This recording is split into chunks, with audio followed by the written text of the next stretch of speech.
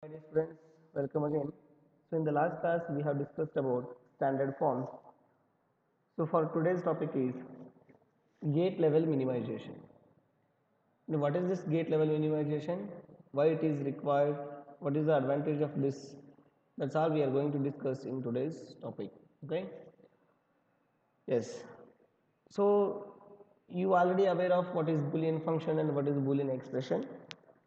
Whatever may be the given expression is there, we can write a logic diagram or circuit diagram for that Boolean function. So if the function is complex, then obviously logic circuit becomes complex one. If the function is simpler or simple function, then it is very simple to write a circuit or to implement logic gates to the simpler form of a Boolean function. So any Boolean function is given and we can simplify that Boolean function using Boolean postulates. Okay. And already we have the concept to simplify the Boolean function, that is by using Boolean postulates. But this is somewhat complicated because we should know the postulates first, then only we can simplify the given Boolean function. So without this, how we can minimize or how we can simplify the given function so that we can construct logic gates, that is gate level minimization. We have to take care of this gate level minimization. I hope this is clear to you why gate level minimization is required, because if the expression is like this and which is so complex, then it is very hard to implement the logic diagram or logic circuit to the given function. So that what we have to do, we have to convert the complex Boolean function into simple one, then we can implement the logic diagram to the simplified Boolean expression, that is level minimization. Here the more important or most important method in this gate level minimization is map method. Okay, remember this, which is map method. It is also pictorial form or pictorial form of a truth table. You can call this also pictorial form of a truth table. And map method can be called as Karnaugh. It is a name of the scientist who found this method, right? That is Karnaugh map. Karnaugh, okay, map, or it can be called as K map. K map is also same as Karnaugh map, both are same only, right? Map method you can call, or you can call it as Karnaugh map or K map, both are same. Here what we have to do is we will draw one pictorial form of a given function or given truth table, so that you can have the simplified expression in the form of sum of product or sum of product or product of sum. This, about this we have already seen what is sum of product and product of sum. Okay,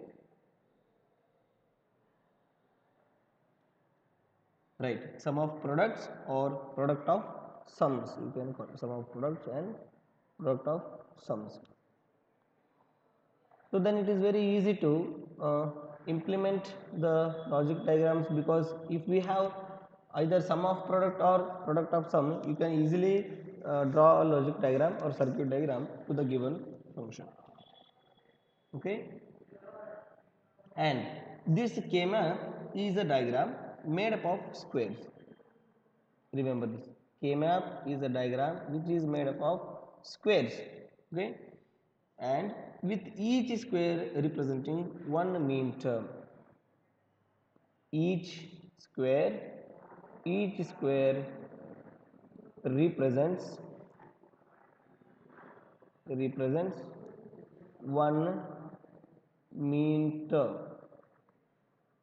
Okay, remember this, each square represents one mean term. Okay, and these simplified expressions produced by the map are always in one of the two standard forms.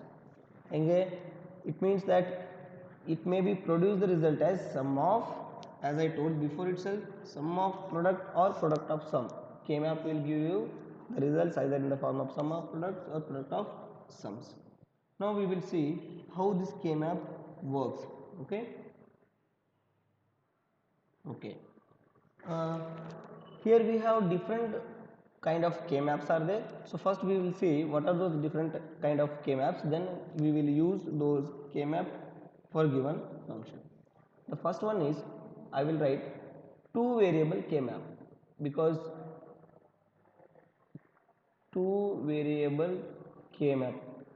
This is the basic one, because if you have only one variable, then there is no necessary of writing any logic gates, right?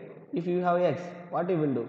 You cannot write AND gate for a given x, because if you write AND gate, at least you should have two inputs. But if you have only x, you cannot draw any logic gate, right? At least you should have x and y, means two variables or two inputs, then you can write x and y, then you will get the output, right? So that the basic map method is two variable K map. I hope you are getting my point. The two variable K map, in that we have four mean terms. Okay, if it is a two variable K map, it will have how many mean terms? Four, or I will write once again four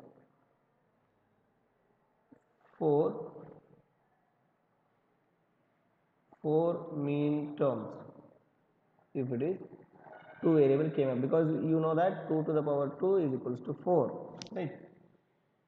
Okay, and there are four mean terms for two variables, hence the map consists of four squares.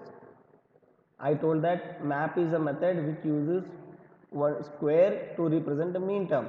We are telling that this is two variable K map, so that how many combinations we have? 2 to the power 2 is 4. It means that the map for two variable A have 4 square.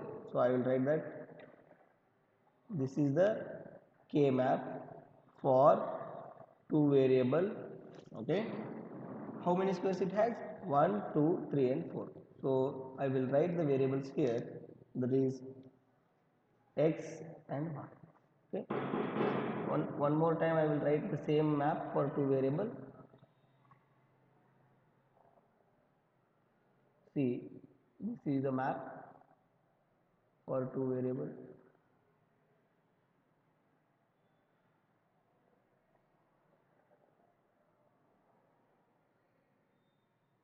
Fine. So what the first square represents?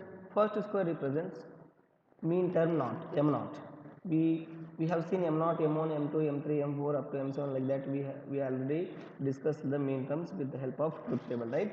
So first square represents mean term naught, that is m naught. Okay. The second square represents m1.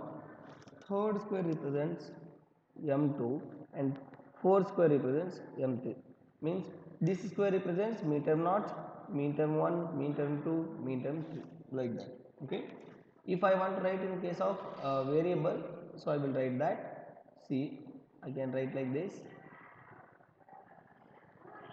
I will write here, this is x and this may be y.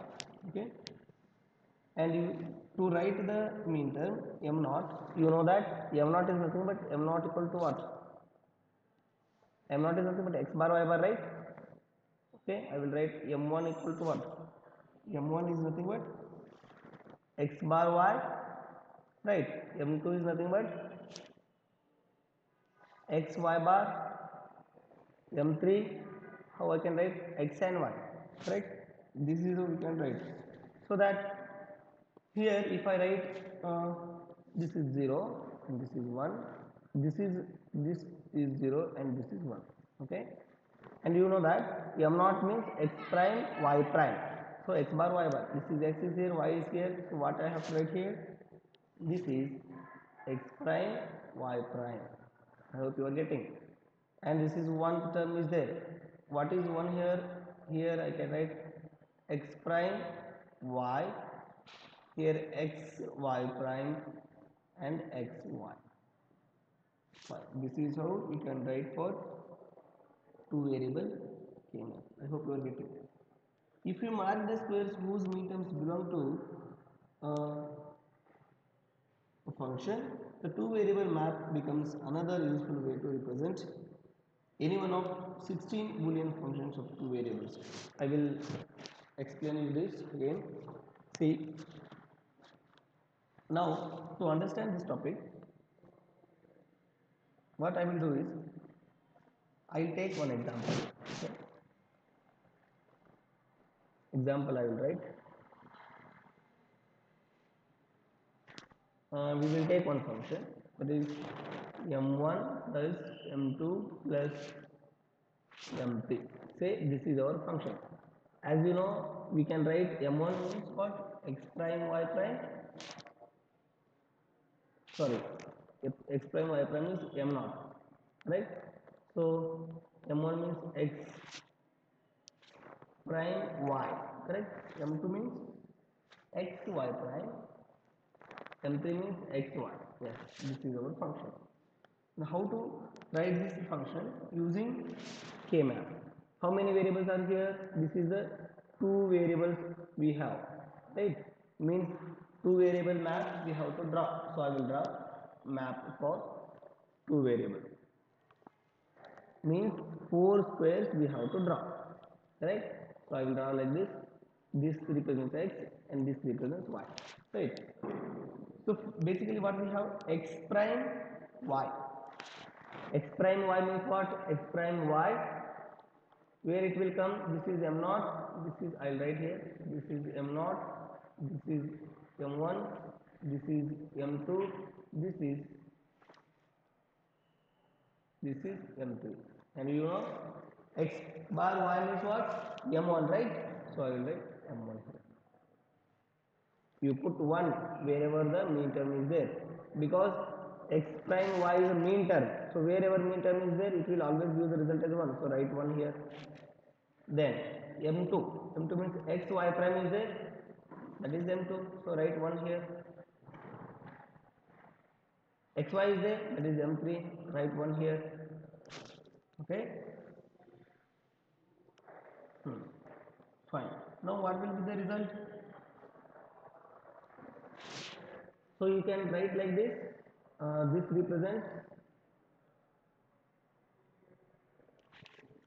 and I written like this. This is 0. This is 1. Okay. This is 0. And this is 1. So now we have to make squares like pair. Okay. Where are the pairs can be drawn here? See, one more thing I have to write here, that here I have written 0. 0 means this is x, right? This is y. So 0 means x prime. Equivalent of 0 I can write here. This is x prime. This is x. This is y prime. This is y. Okay. Now the three squares could also have been determined from the intersection of a variable x in the second row and variable y in the second column. You can observe that. See, we have to make pair. So at least we have to start with the pair. If only two variables are there, we have to make pair. Pair means what? Wherever pairs are observed like this or like this, we have to make that. So I will do one pair right here. That is, this may be one pair. Am I right? So one more pair we can have is like this. I hope you are getting now. Fine. Now what we have to do, this row represents x. Okay, so I will write x. But here y prime y is there. Those get cancelled. Means I am considering this row. Here we have x. X will not cancel because only one variable is there. There is no nothing prime here. So y prime will be vanished for this first pair. Okay, this pair y will be vanished. So only we have is x. I will write like this. Wait. So only I can have is x plus. Now you consider this. There x prime x is there. These will get vanished. So here what will be remained? So y x plus. This is the result. You are getting? Once again I will write that. See now. Here we have two variables, that is x and y. Here I write x and y. This is nothing but x bar, this is x, this is y bar, this is y. Or else you can write 0 1 0 1. It means that x bar means 0, x means 1. Here also same. So we have m1 m2 m3. This is m1, so I'll write 1 here. M2 is this one, so I'll write 1 here. M3 is this one, I'll write 1 here. We have to start from pairing the given ones, given midterms. How to pair? Here we have first pair like this. This may be pair, right? And one more pair is like this. See here I am shading the pairs. Two pairs are here. Okay. Fine. Now you can minimize. How to minimize that? Consider. Wait, I will delete this and I will delete these two. Okay. Consider uh, this column now. If you observe this, here you have x, so write x. And this row, what we have here, you can see y bar and y0. Y bar, y get vanished or vanished. Y bar will go with y, so that you cannot have y variable here. So write plus. Now this is done. Okay. I will write y bar, y will go. So only we have x, right? Plus. Now you consider this means second pair, that is this one we are considering now.